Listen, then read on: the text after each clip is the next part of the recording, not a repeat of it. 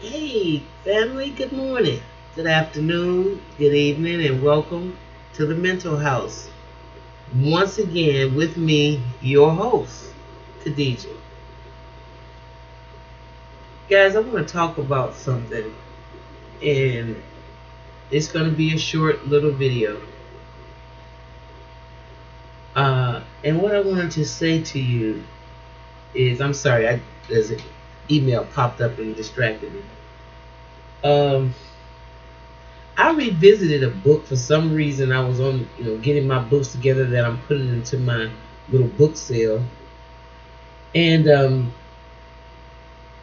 I just happened to come across a book that was written by Latoya Jackson, and it was called "Growing Up Jackson." Okay, and I remember the hoopla around this book when it came out. I believe it was in the early '90s, something like that. And well, I wish I had it in this and I could grab it right away because I could tell you exactly. But it was way before Mike died. She was saying how her family went through lengths to try to stop her from writing this book. Now, in this book, in this video, is a disclaimer. I'm not saying any of this stuff to just trash the Jackson family or any of that, because that's not my intent. What my intent is in this video is to say that anybody that has been abused on any level from a parent can resonate with this story. And it's not even a matter if Joseph is guilty or not. That's not, it's beyond that. What is beyond what is about right now for me is if you think that you are a victim of abuse, some of the things that she said they experienced, not just the physical aspect, because those are the easiest things in my opinion to heal from, but do you find yourself being like the Jacksons emotionally,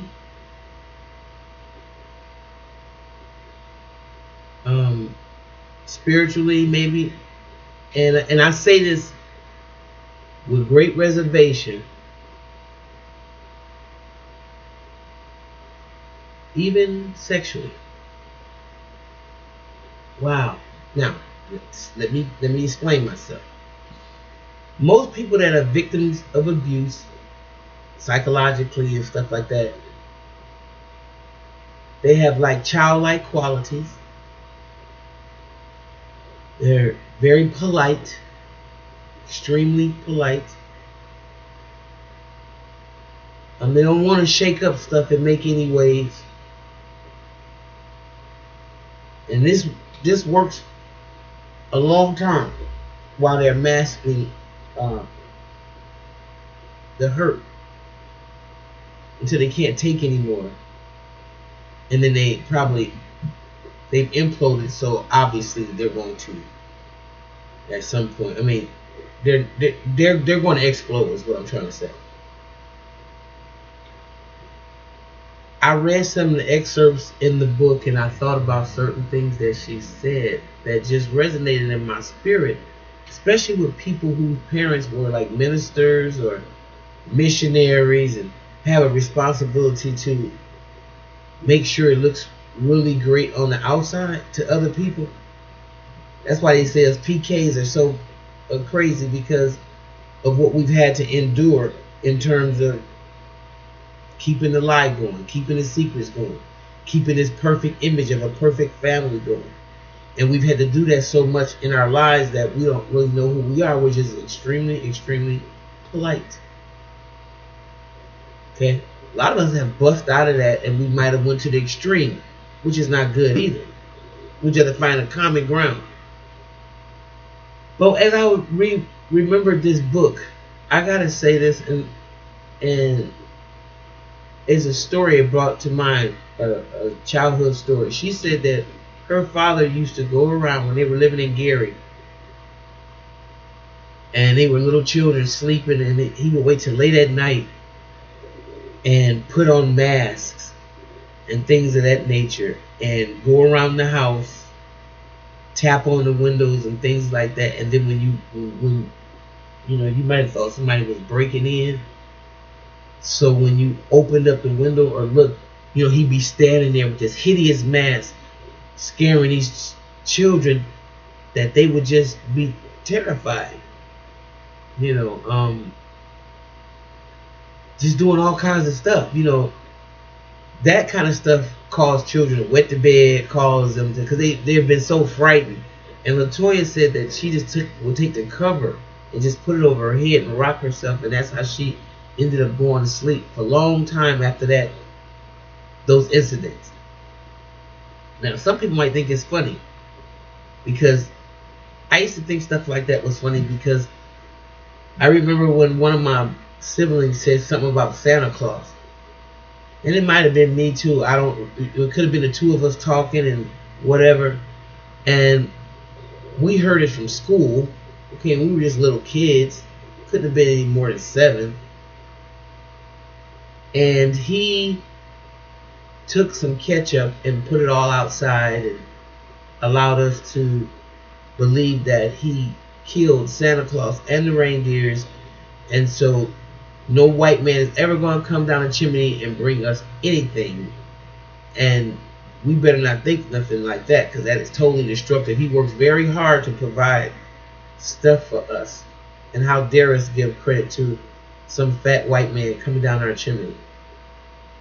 Okay, you know what? It wasn't even the impact of what the fat white man, as far as I'm concerned. What got me as a kid was that blood that was in that snow. And it was just a horrible thought to think that my dad would kill Santa Claus. So I must have been about 4, maybe. And I think the oldest one of my brothers, he might have been 7. So this was really crazy. So as we got older, we would crack up about this. We were like, Dad was crazy. Dad was funny. And I'm sure we got a lot of family stories like that. I'm sure when I ask y'all to share some of y'all crazy stories, I hope you would. But I think it's important that we know, especially as a black community, that shit ain't normal. It's not even funny to traumatize a child like that. Why would you do that? That's called sadistic. Like S&M games. It's like why would you do something like that? Oh my God. And we've normalized this kind of behavior, and we don't see it as abuse, because a child's mind processes things totally different than an adult. And there's so much psychological abuse going on. And this is just not limited to any particular group of people. But there's so much psychological abuse going on in our families that we don't even understand that we're sending wounded people out into this society and in this community and asking them to be whole, asking them to be normal again and be normal and have healthy, constructive relationships, when they've been brought up in an extreme amount of dysfunction, trauma, abuse. And it is the adult children that are having these relationships that are so difficult for them to stay in. They're getting divorced. They're having relationships that don't last, because we're not dealing with the trauma that we think is normal from childhood. Some things our parents, whether they did it on purpose or not, all that's irrelevant. I love my parents, but they did a lot of crazy shit, and it has nothing to do with if I love them or not. It has something to do with they didn't know how to raise children, and they, in some instances, were extremely abusive and mentally just no place for the mental games that they played on us, and just that there was no reason for the mental games that Joe Jackson played on his 10 children. 9. One died.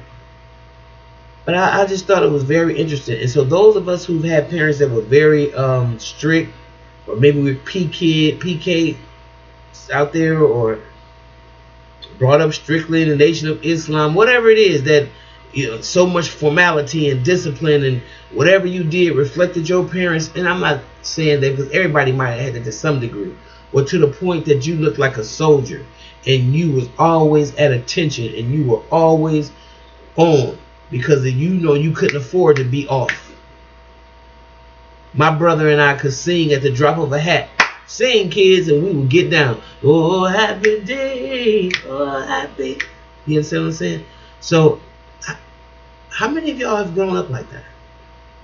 I would like for you to share it with me, if you will. And maybe we can have some dialogue. Okay? Thank you. I look forward to it. If you like what you hear, please like, subscribe, and share. And know that if you don't see me responding to your comment right away, it's because I let it go through the filter, because the trolls and some of the other people are not very nice, y'all. I don't talk about it much, but they put a lot of spam and crazy stuff in. So I just make sure I can delete them first before I put them. And those are only if they're really just totally disrespectful. Because I really welcome all comments. Negative. If they negative comments, that's how you feel. That's your opinion. That's cool. I don't have a problem with that. But if they're disrespectful and then all that kind of stuff, then you know I got to block your ass. Okay? And delete you. So, with that being said, if you like what you hear, please like, subscribe, and share. See you next time right here in the mental house. Bye-bye.